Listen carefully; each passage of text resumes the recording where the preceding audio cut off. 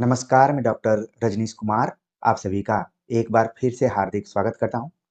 आज के video lecture में हम चर्चा करेंगे हिंदी साहित्य का इतिहास के अंतर्गत काल विभाजन के ऊपर। प्रिय विद्यार्थियों, आज का टॉपिक आगामी UP TGT PGT assistant professor और यूजीसी नेट की परीक्षाओं के दृष्टिकोण से महत्वपूर्ण है। साथ में जो भी विद्यार्थी बीए और एमए की कक्षाओं में होंगे वो भी इसका लाभ उठा सकते हैं। अक्सर हम देखते हैं जब भी काल विभाजन की बात होती है तो उसके साथ एक और शब्द जुड़ा हुआ पाया जाता है, नामकरण।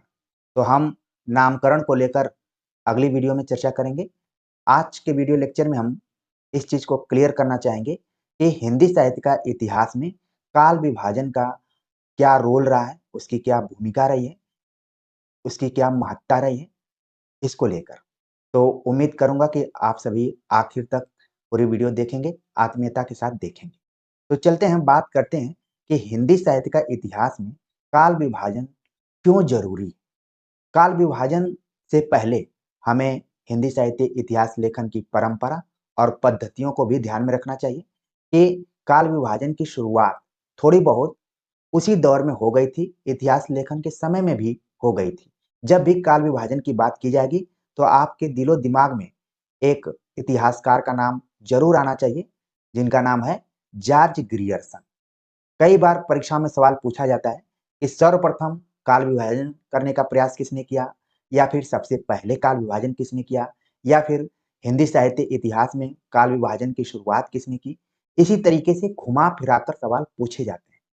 कुछ बच्चों का मैंने कमेंट्स देखा, वो लिख रहे थे कि जहाँ पर भी वो कोचिंग इत्यादि करते हैं, पढ़ाई करते हैं, तो वहाँ पर शिक्षक चीज़ों को बहुत कठिन करके बताते हैं, या तो जब सब्जेक्टिव तौर पर पढ़ाते हैं या फिर प्रैक्टिस के तौर पर पढ़ाते हैं, तो बहुत लगता है कि चीज़ें काफ़ी कठिन हैं, हिंदी साहित्य बहुत कठिन है। तो आपको ध्यान में रखना पड़ेगा कि जब तक शिक्षक चीज़ों को कठिन करके प्रस्तुत नहीं करेगा, तब तक आप कैसे उसके महत्व को समझेंगे, या फिर जो भी आपने पेड किया हुआ है, उसका कैसे आपको रियलाइज़ेशन होगा। तो प्रिय विद्यार्थियों, यहाँ पर कोशिश यही की जाती है कि जो चीज़ें आसानी से या सरलता से आपको बता दी जाएँ कि आपके दिलो-दिमाग में वो चीज़ें बैठ जाएँ। तो यहाँ पर कोशिश की जाती है कि सरलता से चीज़ों को बताया जाए। इतिहासकारों ने जब भी हिंदी साहित्य का इतिहास लिखना शुरू किया, तो उनके दिमाग में काल विभाजन आया कि कैसे हम हिंदी साहित्य के इतिहास को अध्ययन के दृष्टिकोण से सरल बनाएँ। तो इसके लिए उन्होंने काल विभाजन का प्रयास किया। काल विभाजन के आधार को लेकर भी उन्होंने काफ़ी प्रतिमान को गढ़ा, उसके आधार पर उन्होंने उसका विभाजन किया। अगर हम हिंदी साहित्य का इतिहास के अंतर्गत केवल इतिहास पर ही ध्यान दें, तो आप देखेंगे विशुद्ध तौर पे जो राजनीतिक इतिहास है, वो भी काफ़ी विस्तृत है। इसलिए आप देखेंगे कि पढ़ने के दृष्टिकोण से इसका भी विभाजन किया गया। प्राचीन इतिहास, मध्यकालीन इतिहास, आधुनिक इतिहास, जिसको कि हम अंग्रेजी में कहें एआईएससी, मेडुअल और मॉडर्न। आने वाले वर्षों में आप देखेंगे 10, 20, 50 साल के बाद कि इसी तरीके से हिंदी साहित्य का इतिहास भी हो सकता है कि विभाजित हो जाए। अभी भी कई जगहों पर इसकी मांग उठती रही है कि अब इतिहास की तरह ही हिंदी साहित्य के इतिहास को भी पार्ट वाइज कर दिया जाए, मतलब कि सब्जेक्ट के रूप में कर दिया जाए। तो हो सकता है कि आगे आने वाले समय में ये दिखाई पड़ जाए। ठीक वैसे ही जैसे हम इतिहास पढ़ते हैं, तो प्राचीन इतिहास, मध्यकालीन इतिहास, आधुनिक इतिहास, और बहुत सारे ऐसे विद्यार्थी यहाँ पर जुड़े होंगे जिनका बड़ा ही लोकप्रिय सब्जेक्ट कॉम्बिनेशन रहा होगा हिंदी, संस्कृत और एआईएससी, या फिर हिंदी, संस्कृत, इतिहास। बहुत सारे बच्चों ने पढ़ा होगा। कई जगहों पर प्राचीन इतिहास एक सब्जेक्ट के रूप में पढ़ाया जाता है, मध्यकालीन इतिहास सब्जेक्ट के तौर पर पढ़ाया जाता है, आधुनिक इतिहास भी सब्जेक्ट के तौर पर पढ़ाया जाता है। लेकिन अभी हम हिंदी साहित्य जब पढ़ते हैं तो उसको समग्रता में ही पढ़ते हैं। अब काल विभाजन आसानी के दृष्टिकोण से तो किया गया था, उसके आधार कौन-कौन से थे उसको भी हमें देखना चाहिए। पहला जो आधार था युग के आधार पर, जैसे कि आदिकाल, आधुनिक काल, इस तरीके से प्रवृत्ति के आधार पर वीरगाथा काल, भक्ति काल, रीति काल, या फिर छायावाद, प्रगतिवाद, प्रयोगवाद, नई कविता, ये जो भी यहाँ पर काल विभाजन किए गए या फिर नामकरण किए गए, वो सब प्रवृत्ति के आधार पर किए गए। इसके बाद प्रवृत्ति से भी ज्यादा किसी रचनाकार ने उस युग विशेष को प्रभावित किया, तो उस रचनाकार के नाम पर काल विभाजन कर दिया गया, जिसमें दो नाम प्रमुखतः आप देखते हैं, भारतेंदु और द्विवेदी। द्विवेदी को लेकर कई बार सवाल पूछा जाता है कि ये कौन से द्विवेदी हैं, तो आप लोगों के दिमाग में तुरंत आ गया होगा। कौन कहता है कि हिंदी साहित्य का इतिहास पढ़ते समय हमें कठिन पक्षों को ही ध्यान में रखना है। जब आप एग्जाम देने जाते हैं तो आप देखते हैं कि अगर 100 क्वेश्चन पूछे गए हैं तो उसमें से 60 से 65 क्वेश्चन तो ऐसे होते हैं जो रिपीटेड होते हैं, और आपकी लापरवाही की वजह से आप उसमें से 10-15 क्वेश्चन गलत कर देते हैं, तो पीछे अपने को महसूस करते हैं। मान लीजिए रिपीटेड क्वेश्चन को ही अगर आप सही कर देते हैं और 10-15 जो कठिन क्वेश्चन है उनको सही कर देते हैं, तो आप एकदम फाइट में। तो ये मानकर चलिए कि जो भी छोटे-छोटे तथ्य हैं, उनको भी महत्व देना है। ये नहीं कि कठिनाई को आधार बनाते हुए जो मूल फैक्ट्स हैं, जो चुनिंदा प्रश्न के तौर पर परीक्षाओं में आए हुए हैं, उनको आप इग्नोर करें। तो इसलिए कठिन तो आप अपनी तैयारी के हिसाब से कर सकते हैं, आसानी और सरलता अपनी तैयारी के हिसाब से कर सकते हैं कि आपको करना कैसे है और हैंडल कैसे करना है। तो देखिए, कई बार प्रवृत्ति से ज्यादा रचनाकार महत्वपूर्ण हो जाता है, इसलिए इतिहास लिखते समय उस रचनाकार को केंद्र बिंदु मानकर काल विभाजन कर दिया जाता है। तो हिंदी साहित्य के इतिहास में आप देखेंगे 3-4 ऐसे साहित्यकार रहे, भारतेंदु हो गए, महावीर प्रसाद द्विवेदी हो गए, जयशंकर प्रसाद हो गए, प्रेमचंद हो गए। आप जब उपन्यासों को पढ़ेंगे और कहानियों को पढ़ेंगे तो प्रेमचंद को केंद्र में रखते हुए उनका विभाजन किया गया है। जब नाटकों को पढ़ेंगे तो उसमें आप देखेंगे कि भारतेंदु, जयशंकर प्रसाद को आधार बनाते हुए काल विभाजन किया गया है।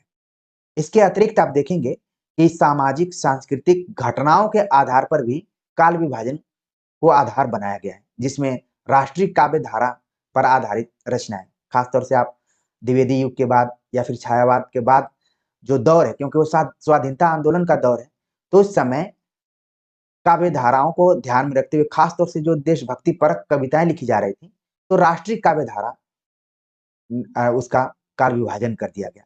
या फिर आजादी के बाद के जो भी साहित्य लेखन रहे उसको हम स्वातंत्र्योत्तर काल के नाम से पुकारते हैं, और बहुत सारे बच्चों के आप शोध कार्यों में देखेंगे, पीएचडी थीसिस में देखेंगे कि वहां पर स्वातंत्र्योत्तर शब्द का काफी प्रयोग होता है, क्योंकि स्वाधीनता आंदोलन के बाद भी साहित्य अलग मोड़ में गया और उसको उस काल विभाजन के अंतर्गत इतिहासकारों को रखना पड़ा।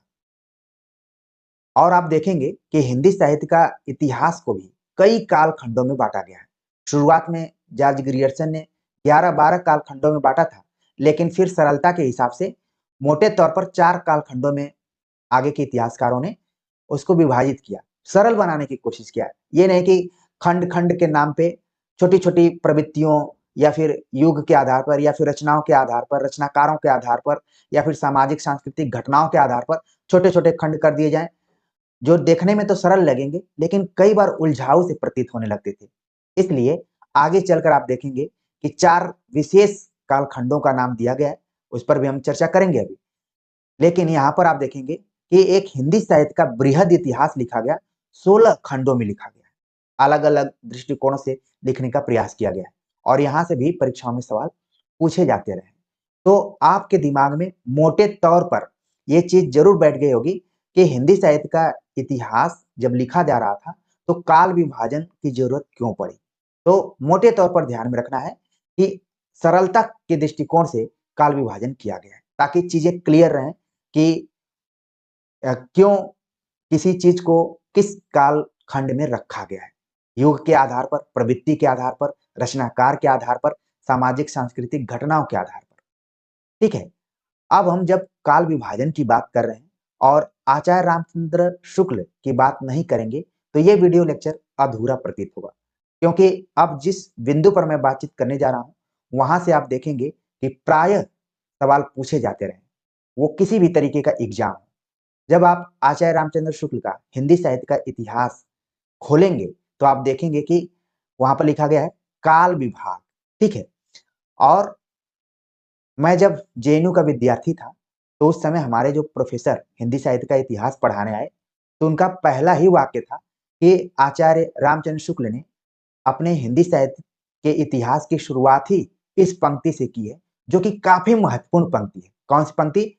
जबकि प्रत्येक देश का साहित्य वहां की जनता के चित्तवृत्ति का संचित प्रतिबिंब होता है, तब यह निश्चित है कि जनता की चित्तवृत्ति के परिवर्तन के साथ साथ साहित्य के स्वरूप में भी परिवर्तन होता चला जाता है।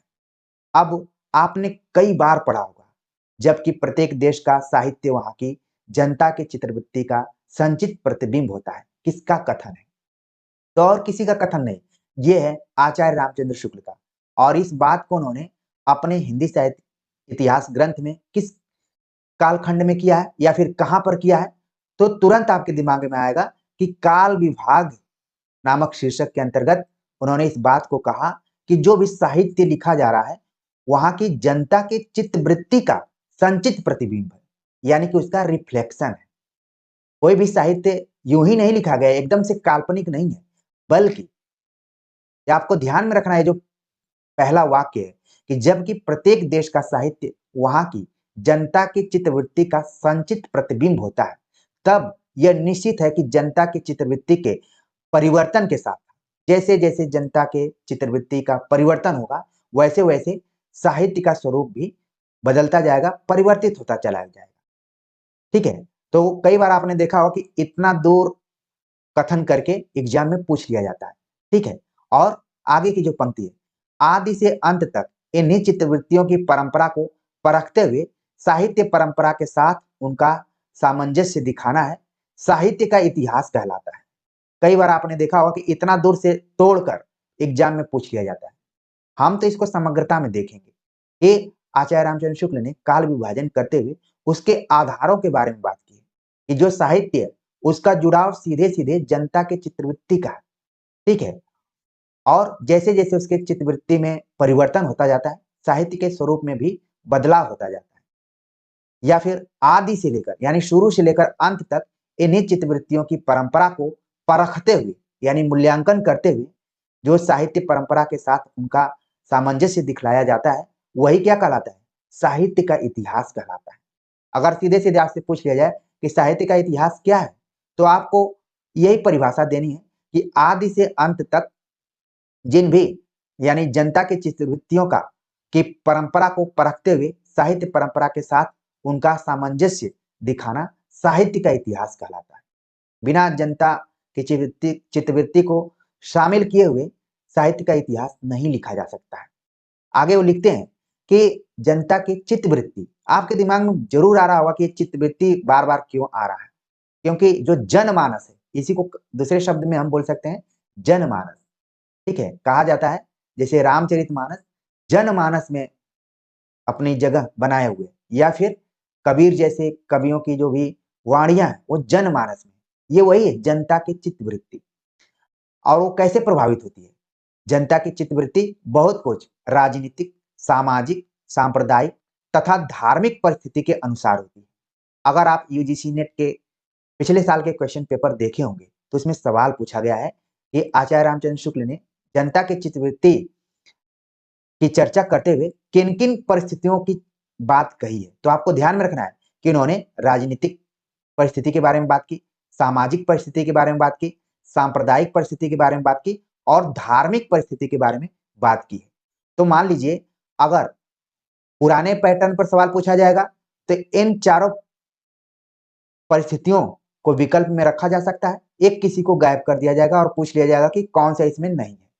या फिर अगर ए से लेकर ई तक का जो कूट है उसको भी ध्यान में रखते हुए पूछा जा सकता है और उसमें से पूछा जा सकता है कि आचार्य रामचंद्र शुक्ल ने किन किन परिस्थितियों को आधार बनाया।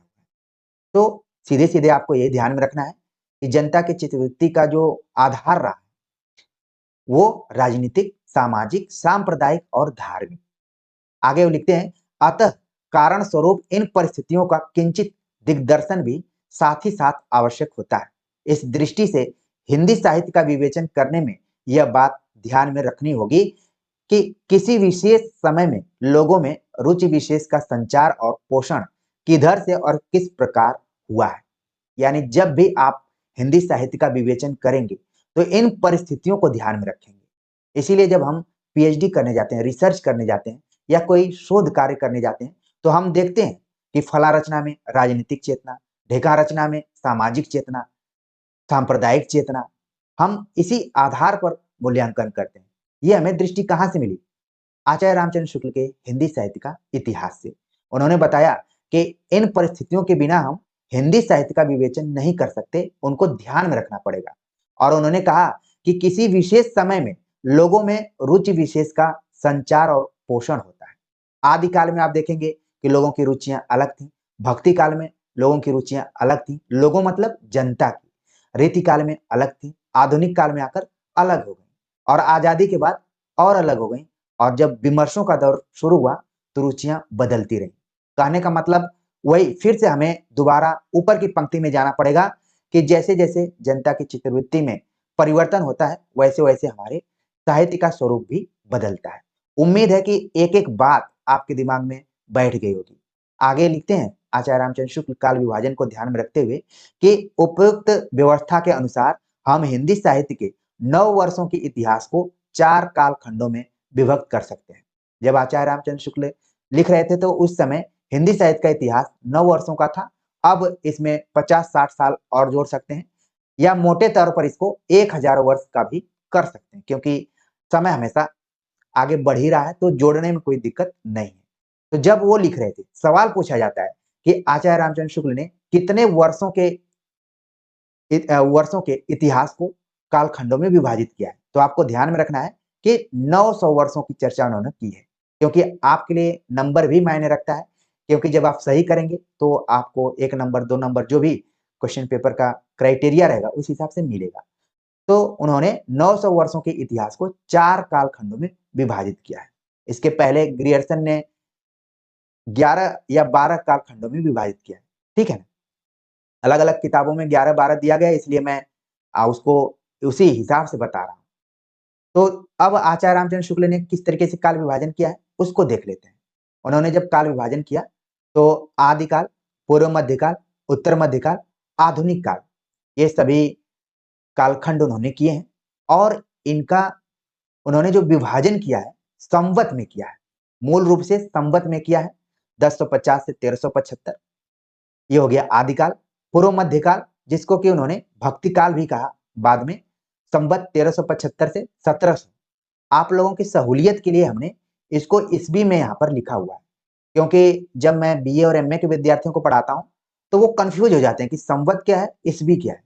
या तो आप परीक्षाओं की ही तैयारी कर रहे हैं तो आप हो सकता है कि ज्यादा अलर्ट, और रहना भी पड़ेगा अलर्ट, क्योंकि आपने पूरा ईस्वी में याद करके परीक्षा हॉल में पहुंचने का प्रयास किया, लेकिन पता चला कि पेपर में संवत पूछ दिया है। तो आपको अलर्ट रहना है कि जब भी आचार्य रामचंद्र शुक्ल की बात होगी तो संवत और ईस्वी दोनों आपको ध्यान में रखना है। ठीक है, तो पूर्व मध्यकाल का उन्होंने कर दिया संवत 1375 से 1700। उत्तर मध्यकाल, जिसको कि उन्होंने रीतिकाल नाम दिया, संवत 1700 से 1900। और आधुनिक काल उन्होंने गद्य काल कहा, संवत 1900 से 1984। तो एक तरीके से आप देख रहे हैं ये जो तथ्य है देखने में छोटा है, लेकिन यहां से कम 8 से 10 क्वेश्चन आगामी परीक्षाओं के लिए छिपे हुए हैं। यहीं से तो प्रश्न पूछे जाते हैं। क्या प्रश्न किसी के नोट से पूछे जाते हैं या किसी कोचिंग सेंटर से पूछे जाते हैं? क्वेश्चन पूछे जाते हैं मूल किताबों से। उन मूल किताबों को कैसे पढ़ना है वही चीज मैं यहाँ पर आप सभी को बताने का प्रयास करता हूँ। सवाल पूछा जा सकता है कि आदिकाल को वीर गाथा काल किसने कहा? तुरंत आपके दिमाग में आ जाएगा कि शुक्ल जी ने कहा। अब जैसे हजारी प्रसाद द्विवेदी ने जो आदिकाल कहा है, क्या उन्होंने अपने आप सीधे सीधे कह दिया? नहीं, उन्होंने कहीं न कहीं आचार्य रामचंद्र शुक्ल से वो सूत्र लिया है, वो तार लिया है।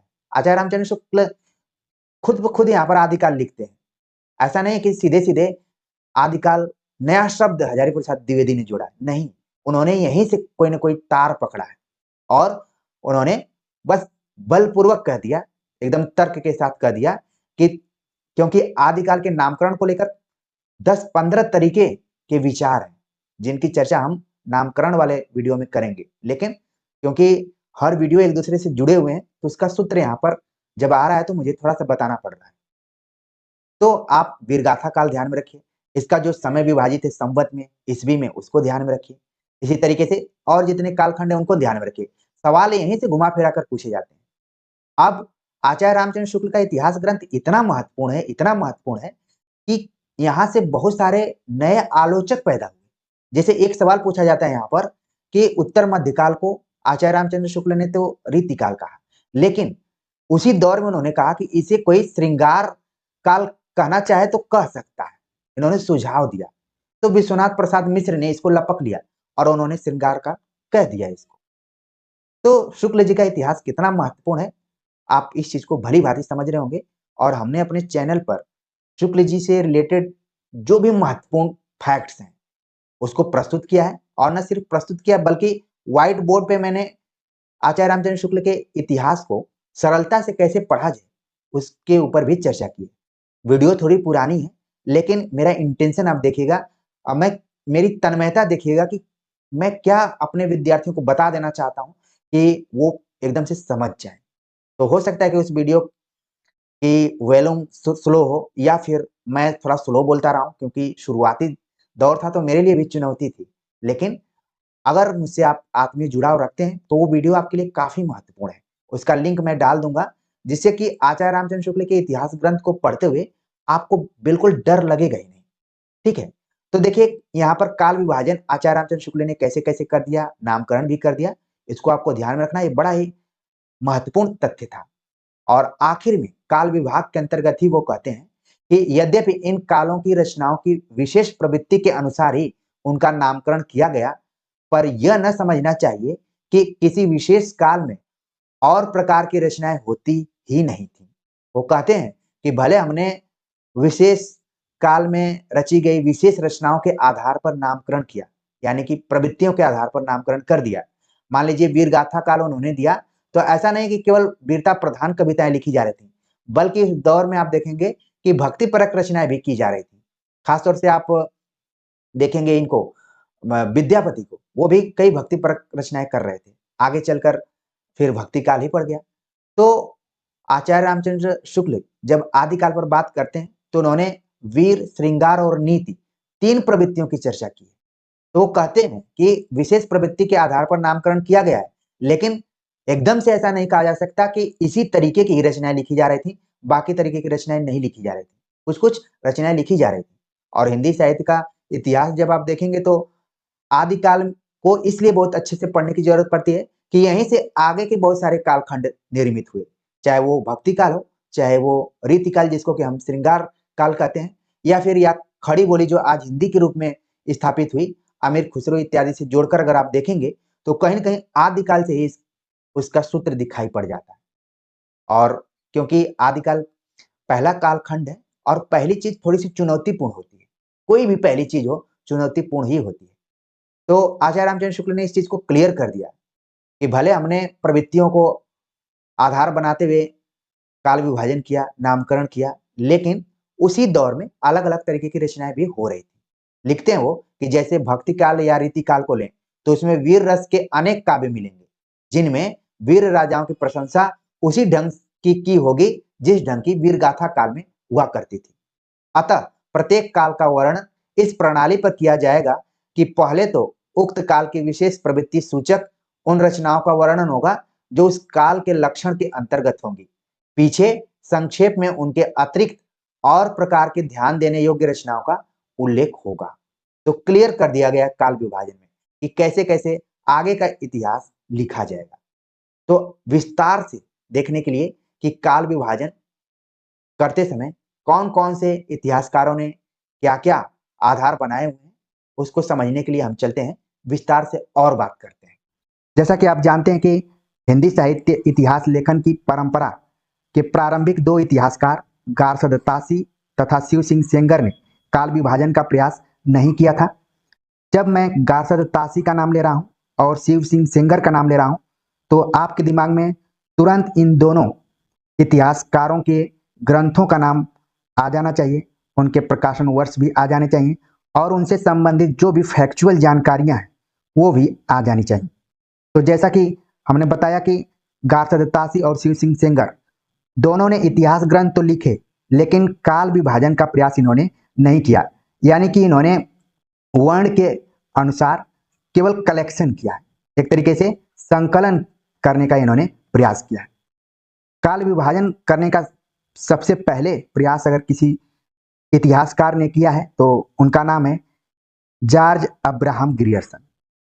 ये पॉइंट इतना महत्वपूर्ण है कि परीक्षाओं में प्राय अगर 5 परीक्षाओं में आप बैठ रहे हैं तो उसमें से 2-3 परीक्षाओं में ये सवाल पूछ लिया जाता है कि हिंदी साहित्य इतिहास लेखन में सबसे पहले काल विभाजन का प्रयास किसने किया था। तो जॉर्ज ग्रियर्सन का नाम वहां पर आपके ध्यान में आना चाहिए। तो सर्वप्रथम जॉर्ज अब्राहम ग्रियर्सन ने काल विभाजन का प्रयास किया। ग्रियर्सन का ग्रंथ जब मैं बोल रहा हूं तो आपके दिमाग में तुरंत आना चाहिए कि the modern vernacular literature of Hindustan. Grierson का ग्रंथ अध्यायों में विभाजित है। कुछ पुस्तकों में 11 अध्याय दिए गए हैं तो कुछ पुस्तकों में 12 अध्यायों का उल्लेख किया गया है, जिस पर कि हम आगे बातचीत करेंगे तो और चीजें क्लियर हो जाएंगी। आपको बस यही ध्यान में रखना है कि ग्रियर्सन ने जो काल विभाजन किया था वो कई अध्यायों में 10 से ऊपर अध्याय उसमें है, और प्रत्येक अध्याय सामान्य रूप से एक काल को व्यक्त करते हैं। यानी कि एक काल खंड को ही जो भी अध्याय है उसको व्यक्त करते हैं। अब हम बात कर लेते हैं कि ग्रियर्सन द्वारा हिंदी साहित्य इतिहास का काल विभाजन किन किन नामों से किया गया है और वो कौन कौन से कालखंड हैं। तो सबसे पहले बात करते हैं कि उन्होंने नाम दिया था चारण काल, यानी कि 700 से लेकर 1300 ईस्वी के बीच के समय को ग्रियर्सन ने कहा था चारण काल, जो कि परीक्षा के दृष्टिकोण से काफी इंपॉर्टेंट है, बहुत बार पूछा जा चुका है। हालांकि इसके अलावा राम कुमार वर्मा नाम के इतिहासकार हैं, उन्होंने भी इसको चारण काल कहा है। तो ध्यान में रखिए कि सबसे पहले ग्रियर्सन ने कहा, बाद में राम कुमार वर्मा ने उसी को रिपीट कर दिया है। तो प्राथमिक तौर पर चारण काल का नाम ग्रियर्सन से जुड़ता है, तो इसको ध्यान में रखना है। दूसरा इन्होंने विभाजन किया है 15वीं शताब्दी का धार्मिक पुनर्जागरण। तीसरा है मलिक मोहम्मद जैसी की प्रेम कविता, और ये टॉपिक एक बार यूजीसी नेट के एग्जाम में आ चुका है। तो बदलते हुए पैटर्न में आपको इस तरीके से देखना पड़ेगा कि ग्रियर्सन के जो भी 12 अध्याय हैं उनके नाम क्या हैं, उसमें से पूरा आपको नहीं ध्यान रखना है, लेकिन जो यूनिक टाइप का, जैसे यहाँ पर आ गया कि मलिक मोहम्मद जैसी की प्रेम कविता, ये प्रश्न आ चुका है, ये टॉपिक जो है प्रश्न के रूप में। इसके बाद चौथा पॉइंट है ब्रज का कृष्ण संप्रदाय, ये भी आ चुका है, इसको भी आपको ध्यान में रखना पड़ेगा। 5वां अध्याय है मुगल दरबार, 6ठा है तुलसीदास, 7वां है रीतिकाल। तो आप देख रहे हैं कि यहाँ पर चारण काल से शुरुआत होती है, लेकिन बीच में इसके सब टॉपिक आपको दिखाई पड़ रहे हैं। उसमें किसी कवि को रख लिया गया है, किसी प्रवृत्ति को रख लिया गया है, ठीक है, और किसी संस्कृति को रख लिया गया है, फिर कवि को रख लिया गया है। तो यहाँ पर ग्रियर्सन ने कोई एक ठोस आधार नहीं लिया है, अलग अलग आधारों को आधार बनाकर उन्होंने काल विभाजन किया है। 7वां पॉइंट्स पर आकर उन्होंने लिखा रीतिकाल, ठीक है, यानी कि चारण काल के बीच में जो हम प्राय भक्ति काल इत्यादि पढ़ते हैं उसको कई अलग अलग नामों से उन्होंने डिवाइड किया है। 8वां अध्याय है तुलसीदास के अन्य प्रवर्ती। रीतिकाल के बाद 8वां अध्याय आ गया तुलसीदास के अन्य प्रवर्ती, जिसके उन्होंने 2 भाग किए हैं, धार्मिक कवि और अन्य कवि के रूप में। 9वां पॉइंट है 18वीं शताब्दी, जिसका उन्होंने 2 भाग किया, भाग 1 धार्मिक कवि, दूसरा अन्य कवि। तो अब आप देख रहे होंगे कि ग्रियर्सन के जो काल विभाजन का ट्रेंड रहा है उसमें उन्होंने धार्मिक पक्ष को केंद्र में रखा है और फिर इसके बाद अन्य कवियों को केंद्र में रखा है। इसके बाद 10वां जो यहाँ पर पॉइंट आ रहा है कि कंपनी के शासन में हिंदुस्तान, जिसका समय इन्होंने 1800 से 1857 दिया है, और इसके 4 उन्होंने भाग किए हैं। भाग 1 के अंतर्गत बुंदेलखंड और बघेलखंड, भाग 2 के अंतर्गत बनारस, भाग 3 अवध, भाग 4 विविध नाम से लिखा है। इसके बाद 11वां अध्याय है जिसमें उन्होंने महारानी विक्टोरिया के शासन में हिंदुस्तान, ऊपर आप देख रहे हैं कि कंपनी के शासन में हिंदुस्तान एक कालखंड है और दूसरा है महारानी विक्टोरिया के शासन में हिंदुस्तान, जिसका समय रहा है 1857 से 1887, और 12वां जो अध्याय है वो विविध है। तो उम्मीद है कि इन 12 अध्यायों को आपने देख लिया होगा कि जो ग्रियर्सन के काल विभाजन के अंतर्गत आते हैं। हालांकि कुछ वीडियोज लेक्चर में हमने बताया है कि ग्रियर्सन ने कुल 11 अध्यायों में काल विभाजन किया था, लेकिन यहाँ पर अब मूल किताब से मैंने जब अध्ययन किया तो वहां पर 12 अध्याय हमें दिखाई पड़े हैं। तो अब आप अपने दिमाग में 12 को रखिए, ठीक है। इसीलिए बार बार हमें अध्ययन करने की जरूरत पड़ती है। जब तक हम प्रामाणिक जानकारी तक नहीं पहुंच पाते हैं तब तक हमें खोजते रहना चाहिए। ये नहीं कि एक किताब को लेकर केवल उसको याद करना है या फिर रटना है। तो उम्मीद है कि ग्रियर्सन द्वारा किए गए काल विभाजन आपको समझ में आ गए होंगे कि उन्होंने शुरुआत की चारण काल नाम से 700 ईस्वी से शुरुआत की है, और फिर दूसरा उन्होंने यहाँ पर दिया 1500 से 1600 ईस्वी कृष्ण संप्रदाय। फिर रीतिकाल का उन्होंने समय दिया 1580 से 1692। तुलसीदास के अन्य परवर्ती का समय दिया 1600 से 1700 ईस्वी। इसके बाद युग के अनुसार काल विभाजन यहाँ पर किया 1800 से 1857, फिर 1857 से 1887 के बीच में। तो ये बहुत कम पूछा जाता है, ग्रियर्सन का जो समय सीमा है ये कम पूछी जाती है। लेकिन यहाँ पर जो टॉपिक्स दिए गए हैं, जैसे मलिक मोहम्मद जैसी का हो गया, ब्रज का कृष्ण संप्रदाय हो गया, ठीक है, ये दोनों इंपॉर्टेंस इसमें नाम है। तो आपके दिमाग में ये सब बैठ गया होगा। जैसे ही आएगा तो तुरंत आप बता देंगे कि ये ग्रियर्सन द्वारा काल विभाजन किया गया है। आगे बात करते हैं हम मिस्र बंधुओं द्वारा हिंदी साहित्य इतिहास का काल विभाजन कैसे किया गया। मिस्र बंधुओं ने मिस्र बंधु विनोद में हिंदी साहित्य इतिहास को 5 प्रकरणों और उप विभागों में विभक्त करते हुए काल विभाजन का व्यवस्थित आधार अपनाया है। जैसे ही मैंने मिस्र बंधुओं का नाम लिया तो आपके दिमाग में इन तीनों भाइयों का नाम आ गया होगा, और मिस्र बंधु विनोद का प्रकाशन वर्ष कब हुआ था, कितने भागों में बटा हुआ है, कितने कवियों का कलेक्शन है, ये सारी चीजें आ गई होंगी। क्योंकि मेरी कोशिश है कि हर लेक्चर एक दूसरे को कोरिलेट करके आपको बताया जाए ताकि आपका रिवीजन भी हो। मिस्र बंधु विनोद को 5 प्रकरणों में बांटा गया है। ये नई फैक्चुअल जानकारी आप सभी को मिल रही होगी, और उसके अंतर्गत उप विभाग भी किए गए। और ये प्रयास इसलिए किया गया है कि मिस्र बंधुओं ने अपने वर्गीकरण का मूल आधार भाषा विकास को बनाया है। भाषा विकास को उन्होंने ध्यान में रखते हुए काल विभाजन किया है। और मिस्र बंधुओं ने मिस्र बंधु विनोद की भूमिका में लिखा है, काल नायक केवल काव्योत्कर्ष के विचार से नहीं रखे गए हैं, वरन इसके साथ उनके वर्णित विषय, उनका तात्कालिक प्रभाव और उनके समयों के विचार भी मिल गए हैं। सूदन काल संवत 1811 से 1830 तक चलता है। इसके नायक बोधा भी हो सकते थे। उनका कविता काल 1830 से प्रारंभ होता है। अतः सबके पीछे होने के कारण वे समय नायक नहीं बन पाए हैं। तो यहाँ पर मिस्र बंधुओं ने क्लियर किया है कि उन्होंने अपने काल विभाजन का आधार भाषा विकास को बनाया है। इसके अलावा कुछ और पॉइंट्स को उन्होंने ध्यान में रखा है, ठीक है, वर्णित विषय के आधार पर, तात्कालिक प्रभाव के आधार पर और समयों के विचार के आधार पर भी इसका उन्होंने काल विभाजन किया है। तो आप देखेंगे इनका बड़ा लंबा चौड़ा काल विभाजन है, फिर भी हमें देखने की जरूरत है। पहला इन्होंने नाम दिया आदि प्रकरण, जिसको कि आदिकाल से संवत 1560 माना गया है। आप आचार्य रामचंद्र शुक्ल का इतिहास ग्रंथ पढ़ेंगे तो उन्होंने ज्यादातर जो फैक्चुअल जानकारियां हैं यानी कि वर्ष इत्यादि को उन्होंने संवत में रखा हुआ है, तो अचानक नहीं रखा है। जैसा कि मैंने पिछले क्लास में बताया था कि आचार्य रामचंद्र शुक्ल ने अपने इतिहास ग्रंथ में मिस्र बंधुओं को भी आधार बनाया है। तो संवत जो समय का निर्धारण यहाँ पर है, यहाँ से आचार्य रामचंद्र शुक्ल ने लिया है। तो अब आपके दिमाग में एक चीज बैठ रही होगी कि शुक्ल ने जो चीजें लिखे हैं वो अचानक नहीं लिखा उन्होंने अपने पूर्ववर्ती इतिहासकारों और इतिहास ग्रंथों से बहुत सारी चीजों को लिया है। तो मिस्र बंधुओं ने सबसे पहला जो नाम दिया आदि प्रकरण, जिसमें उन्होंने 5 बिंदुओं को रखा है, ठीक है। उसमें हिंदी की उत्पत्ति और काव्य लक्षण, जिसका समय वैदिक समय से संवत 700 तक माना है। दूसरा पॉइंट है पूर्व प्रारंभिक हिंदी, चंद पूर्व संवत 700 से 1200। पूर्व प्रारंभिक हिंदी रासो काल संवत 1201 से 1347। उत्तर प्रारंभिक हिंदी संवत 1348 से 1444। पूर्व माध्यमिक हिंदी संवत 1445 से 1560। तो आपने देखा कि मिस्र बंधुओं ने आदिकाल को ही 5 भागों में बांट दिया है। लेकिन सामान्य तौर पर परीक्षाओं में पूछा जाता है कि आदिकाल को प्रारंभिक काल किसने कहा है। तो यहाँ पर आप देख रहे हैं कि प्रारंभिक काल किसने कहा है? मिस्र बंधुओं ने। ठीक है, कई स्टूडेंट इसको लेकर फंस जाते हैं कि आरंभिक काल कहा है कि प्रारंभिक काल कहा है।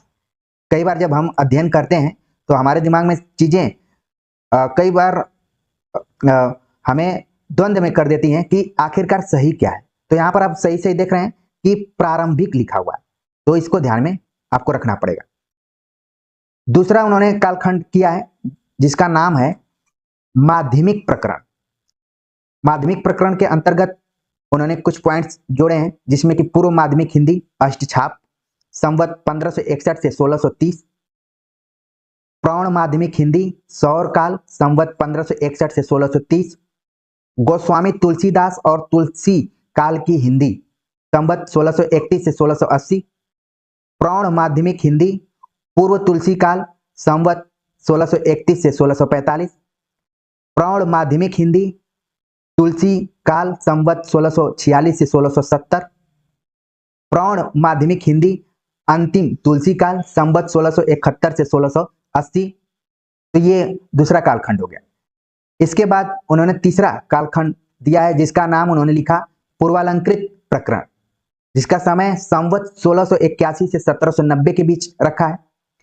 इसको भी 6 पॉइंट्स में उन्होंने बांटा है। पूर्वालंकृत हिंदी सेनापति का काल संवत 1681 से 1706, बिहारी का काल संवत 1707 से 1720, भूषण का काल संवत 1721 से 1750, आदिम देव काल संवत 1751 से 1771, माध्यमिक देव काल संवत 1771 से 1790।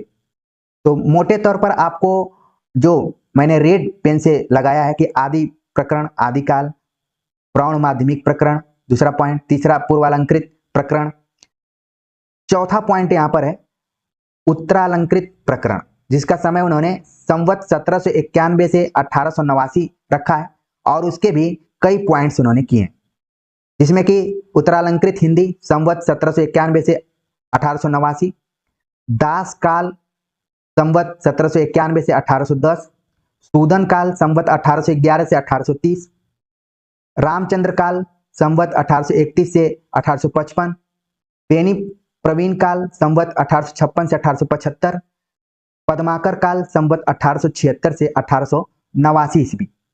इसके बाद जो पांचवा प्रकरण है वो भी कई कालखंडों में बटा हुआ है, जिसमें कि परिवर्तनकालिक हिंदी संवत 1890 से 1925, द्विजदेव काल संवत 1890 से 1925, दयानंद काल, वर्तमान हिंदी पत्र पत्रिकाएं संवत 1926 से 1945, पूर्व हरिश्चंद्र काल संवत 1945 से 1966, उत्तर हरिश्चंद्र काल, पूर्व गद्य काल, उत्तर गद्य काल, परम प्राचीन कविगण आदि से संवत 1944 पर्यंत शेष, दूसरा अज्ञात काल, पूर्व नूतन परिपाटी संवत 1975 से 1960, उत्तर नूतन परिपाटी संवत 1961 से 1975 और आखिरी यहां पर दिया आजकल। मिस्र बंधु विनोद के अन्य संस्करण में आजकल के स्थान पर वर्तमान काल लिखा गया है। तो आपने देखा कि मिस्र बंधु विनोद में कुल 5 प्रकरणों की चर्चा की है, जैसा कि मैंने ऊपर ही बताया, और उसके कई उप विभाग किए गए, तो वो उतना इंपॉर्टेंट नहीं है। आपको बस ध्यान में रखना है कि आदिकाल को प्रारंभिक काल कहा। ठीक है, इसके बाद सवाल पूछा जाता है कि रीतिकाल को अलंकृत काल किसने कहा है? तो यहां पर मिस्र बंधुओं का नाम आता है। रीतिकाल को अलंकृत काल किसने कहा है? आप देख रहे हैं कि जो चीज आप पुस्तकों में पढ़ते थे, यहां पर आपको विस्तार से देखने में का मौका मिल रहा है कि कैसे कैसे नामकरण पड़े हुए। ठीक है, और आधुनिक काल को क्या कर दिया? परिवर्तन काल, और उसके भी कई भेद किए गए। जब आपने इन भेदों को देखा होगा तो आपको एक बोरियत महसूस होने लगी होगी। इसी चीज को ध्यान में रखते हुए आचार्य रामचंद्र शुक्ल भी अपने को रोक नहीं पाए, वो भी एक तरीके से गुस्सा हो गए।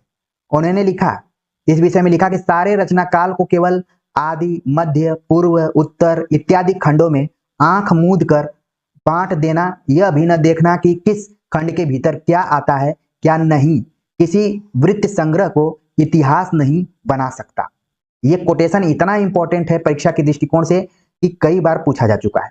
तो अब आपके दिमाग में ये चीज आ गई होगी कि आचार्य रामचंद्र शुक्ल ने ये बात क्यों लिखी, क्योंकि मिस्र बंधुओं ने इतना अपने इतिहास ग्रंथ को प्रकरणों में बांट दिया और प्रकरणों में बांटने के बाद इतने उसके उपविभाग कर दिए कि कोई भी पाठक रहेगा वो एकदम से हड़बड़ा जाएगा।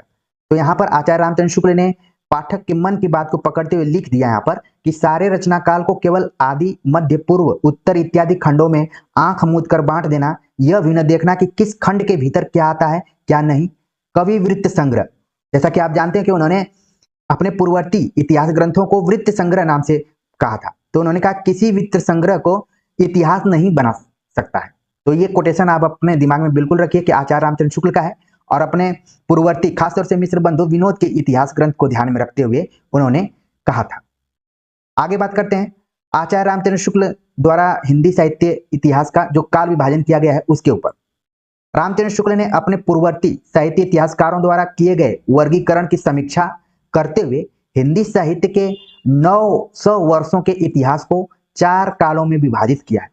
तो ये जो लंबा सा वाक्य आपको दिख रहा है इसमें 2-3 चीजें इंपॉर्टेंट हैं कि आचार्य रामचंद्र शुक्ल ने ऑन द स्पॉट तुरंत काल विभाजन नहीं किया, बल्कि अपने पूर्ववर्ती इतिहासकारों द्वारा किए गए वर्गीकरण की उन्होंने समीक्षा की, जो कि आचार्य रामचंद्र शुक्ल की एक खास विशेषता रही। और उन्होंने हिंदी साहित्य के कुल 900 वर्षों के इतिहास को लिया है और उन 900 वर्षों के इतिहास को 4 कालों में विभाजित किया है। तो ये फैक्चुअल जानकारी आपके दिमाग में बैठ गई होगी। अब वो 4 कालखंड कौन है उस पर हम बातचीत कर लेते हैं, जिसमें कि आदिकाल, जिसको कि वीरगाथा काल उन्होंने कहा, और इसका विभाजन उन्होंने संवत में ही रखा है, संवत 1050 से 1075। अगर आप इसको ईस्वी में कन्वर्ट करना चाहते हैं तो आपको संवत से -57 घटाना पड़ेगा, तो पूरी आपको ईस्वी में आ जाएगी। तो ये इसलिए मैं नहीं लिख रहा हूं क्योंकि आप अपने दिमाग में बैठाएंगे घटाएंगे तो आपको और याद होगा, ठीक है। तो आदिकाल, जिसका नामकरण उन्होंने वीरगाथा काल से किया था, जिसका समय संवत 1050 से 1375 माना।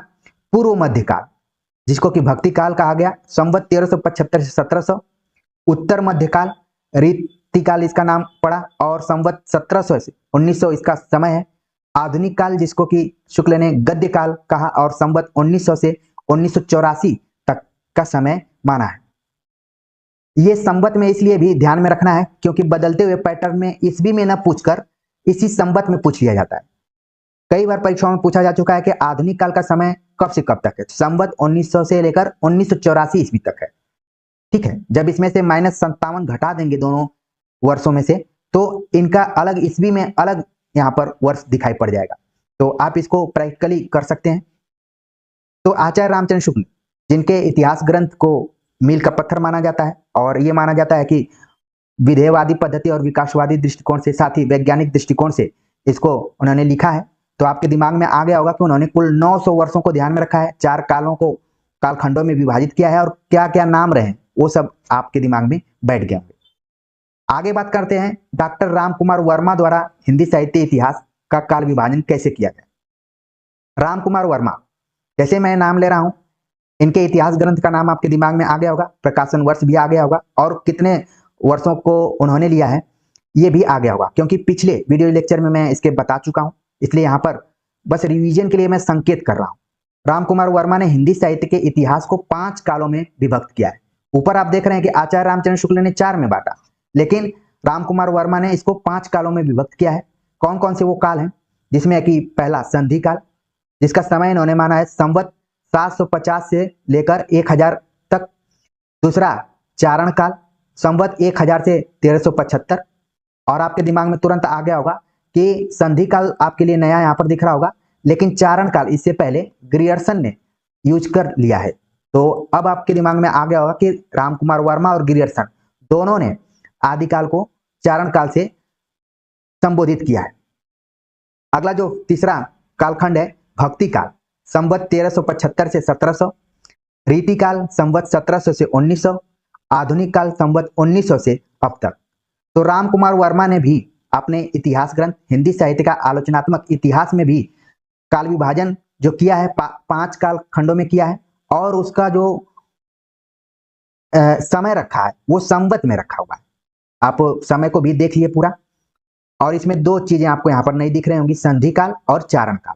तो इसको आप राम कुमार वर्मा से जोड़कर रखिए। आगे बात करते हैं गणपति चंद्र गुप्त द्वारा हिंदी साहित्य इतिहास का काल विभाजन। गणपति चंद्र गुप्त, जैसे मैंने नाम लिया आपके दिमाग में इनका इतिहास ग्रंथ आ गया होगा, कब प्रकाशित हुआ था और क्या खास विशेषता रही है, वो सारी चीजें आ गई होंगी। डॉक्टर गणपति चंद्र गुप्त ने नए अनुसंधान, रचनाओं एवं काव्य परंपराओं को सम्मिलित करने की आवश्यकता पर बल देते हुए सांस्कृतिक परंपराओं तथा बाह्य परिस्थितियों के परिप्रेक्ष्य में इतिहास को 3 कालों में विभक्त किया है। ये काफी इंपॉर्टेंट है। अभी तक आपने देखा 4, 5, लेकिन यहाँ पर इन्होंने 3 कालों में विभक्त किया है। अब वो कौन कौन से काल हैं, जिसमें पहला काल है प्रारंभिक काल या उन्मेष काल, जिसका समय 1184 से 1350 माना है। दूसरा मध्यकाल या विकास काल, जिसका समय है 1350 से 1857। तीसरा है आधुनिक काल, जिसको कि माना 1857 से अब तक।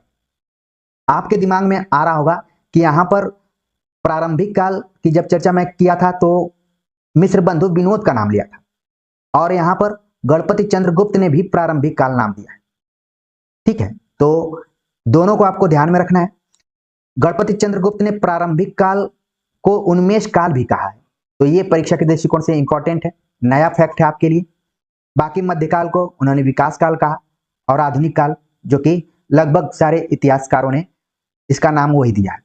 तो 3 कालखंडों में कौन कौन से थे आपने देख लिया। अब इन 3 कालखंडों को भी अलग अलग दृष्टिकोणों से उन्होंने विभाजित किया है।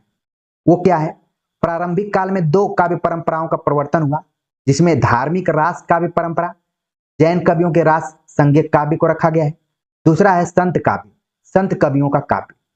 तो प्रारंभिक काल को भी इन्होंने 2 काव्य परंपराओं में बांटकर रखा है। इसके अलावा मध्यकाल में बात करें तो मध्यकाल को भी अलग अलग दृष्टिकोणों से देखा है। पहला इन्होंने देखा धर्माश्रय के अनुसार 4 भागों में बांटा है, संत काव्य, पौराणिक गीत, पौराणिक प्रबंध काव्य, रसिक भक्ति काव्य।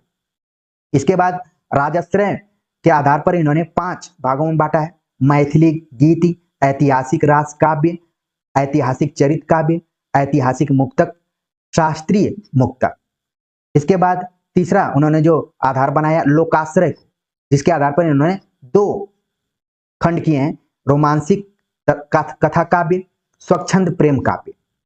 ठीक है, तो इस तरीके से गणपति चंद्रगुप्त ने कुल 11 परंपराओं पर बातचीत किया है, और ये कुल 11 परंपराएं विकसित होकर समानांतर रूप से प्रवाहित होती रही हैं।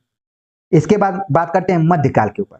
मध्यकाल के इन परंपराओं को 3 अवान्तर भेदों में समाहित किया गया है, जिसमें पूर्व मध्यकाल, उत्कर्ष काल, मध्यकाल या चरमोत्कर्ष काल, उत्तर मध्यकाल या अपकर्ष काल।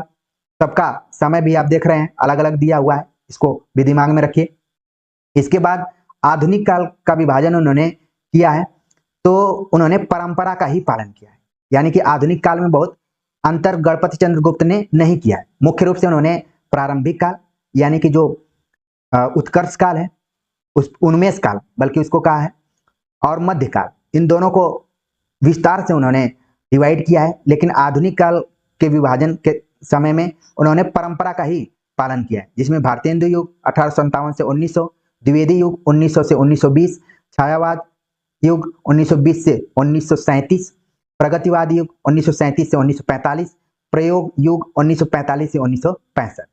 तो यहाँ पर आप जो देख रहे हैं कि भारतेंदु युग का जो समय है ये गणपति चंद्रगुप्त द्वारा है। ठीक है, GCG इतिहासकार जो रहे हैं उनके द्वारा है।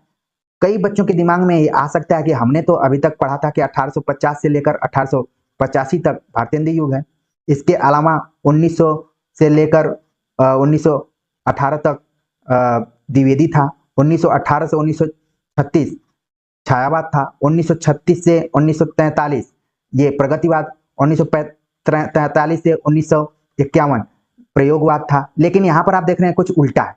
ये इसीलिए उल्टा है क्योंकि जब इस अंश से सवाल पूछा जाएगा तो वहां पर गणपति चंद्रगुप्त को जरूर इंडिकेट करते हुए पूछा जाएगा। ये जो यहाँ पर काल विभाजन किया गया है ये सर्वमान्य तरीके से है, मोटे तौर पर है, जो कि प्राय परीक्षाओं में आता रहा है। लेकिन जब भी इस तरीके के कालखंड पूछे जाएंगे तो वहां पर गणपति चंद्रगुप्त को जरूर शामिल किया जाएगा। तो उम्मीद है कि बात समझ में आ रही होगी।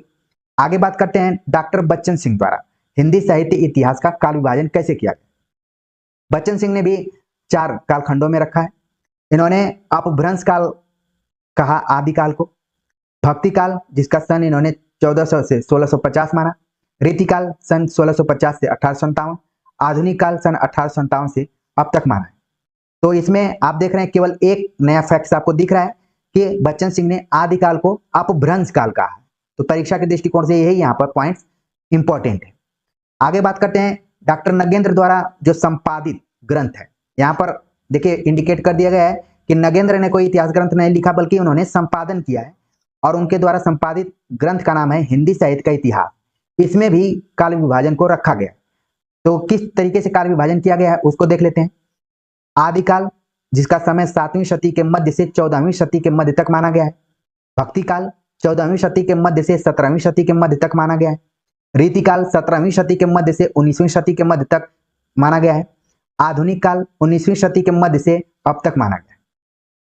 तो ऊपर के जो तीनों कालखंड दिए गए हैं वो विशेष कुछ परिवर्तित नहीं है, परंपरा से ही लिए गए हैं, लेकिन नगेंद्र के इतिहास में आधुनिक काल के कुछ नए नाम दिए गए हैं जो कि प्राय परीक्षाओं में पूछे जाते हैं।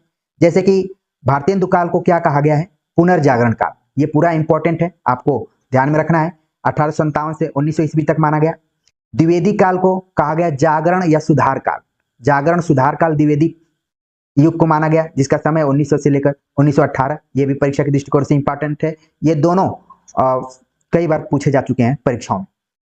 छायावाद काल जिसका समय 18 से 1938 माना गया है। यहाँ पर छायावाद उत्तर काल को भी दो खंडों में बांटा गया है। प्रगति प्रयोग काल 1938 से 1953, नवलेखन काल 1953 से अब तक। तो इस वीडियो लेक्चर में हम विभिन्न इतिहासकारों द्वारा किए गए काल विभाजनों पर चर्चा कर रहे हैं। ठीक है, तो ये जानकारी हमें रखना जरूरी है कि कौन इतिहासकार ने किस किस तरीके से काल विभाजन किया है। उम्मीद है कि आप सभी को ये सारी चीजें समझ में आ रही होंगी। आगे बात करते हैं रामस्वरूप चतुर्वेदी द्वारा हिंदी साहित्य इतिहास का काल विभाजन कैसे किया गया। इतिहास के प्रस्तुत अध्ययन क्रम में आचार्य रामचंद्र शुक्ल के काल विभाजन को सामान्य रूप से आधार मानकर उन्होंने लिखा है, जिसमें कुछ संशोधन के साथ ईस्वी सन में रूपांतरण करके लगभग रामचंद्र शुक्ल के ही बातों को रामस्वरूप चतुर्वेदी ने भी रखा है। जिसमें कि आदिकाल वीरगाथा काल जिसका समय इन्होंने चेंज कर दिया 1000 से 1350, पूर्व मध्यकाल भक्तिकाल समय चेंज किया 1350 से 1650, उत्तर मध्यकाल रीतिकाल 1650 से 1850, आधुनिक काल गद्यकाल 1850 से अब तक। और यहाँ पर रामस्वरूप चतुर्वेदी ने एक नई बात लिखी है कि जो भी कालखंड किए गए हैं 4 कालखंड, उनके समय का देखिए घटते हुए क्रम में 350 पहला, 300 दूसरा और 200 वर्ष तीसरा कालखंड है और एक अभी तक चल ही रहा है। तो इस तरीके से एक नई दृष्टि यहाँ पर देने की कोशिश की गई है रामस्वरूप चतुर्वेदी द्वारा। इसके अलावा उन्होंने एक और फैक्चुअल तरीके से जानकारी दी है कि अपभ्रंश काल जो कि 20 पृष्ठों में है इनके बुक में, वीरगाथा काल 27 पृष्ठों में है, भक्ति काल 150 पृष्ठ में है, रीति काल 150 पृष्ठ में है, आधुनिक काल 280 पृष्ठ में, कुल मिलाकर 627 पृष्ठों का इनका इतिहास ग्रंथ है। तो आपके दिमाग में जरूर इनके इतिहास ग्रंथ का नाम आ रहा होगा, क्या नाम है, कब प्रकाशित हुआ था। तो इस वीडियो लेक्चर में हमने ग्रियर्सन से लेकर रामस्वरूप चतुर्वेदी तक के इतिहासकारों द्वारा किए गए साहित्य इतिहास के काल विभाजन के बारे में चर्चा किया। उम्मीद है कि आप सभी को थ्योरेटिकल जानकारी के साथ साथ ऑब्जेक्टिव जानकारी भी मिली होगी और एक समझ विकसित होगी आपके दिमाग में कि किस तरीके से काल विभाजन किया गया है और कैसे एक दूसरे से काल विभाजन लिंक किए गए, एक दूसरे से जुड़े हुए हैं। तो कमेंट्स कर जरूर बताइए कि आज का ये वीडियो लेक्चर आप सभी को कैसा लगा। आप अपनी तैयारी लगातार करते रहिए। इसी तरीके से हम ठोस जानकारियों के साथ आप सभी के सामने प्रस्तुत होते रहेंगे। तो मिलते हैं एक नए लेक्चर के साथ, तब तक के लिए नमस्कार।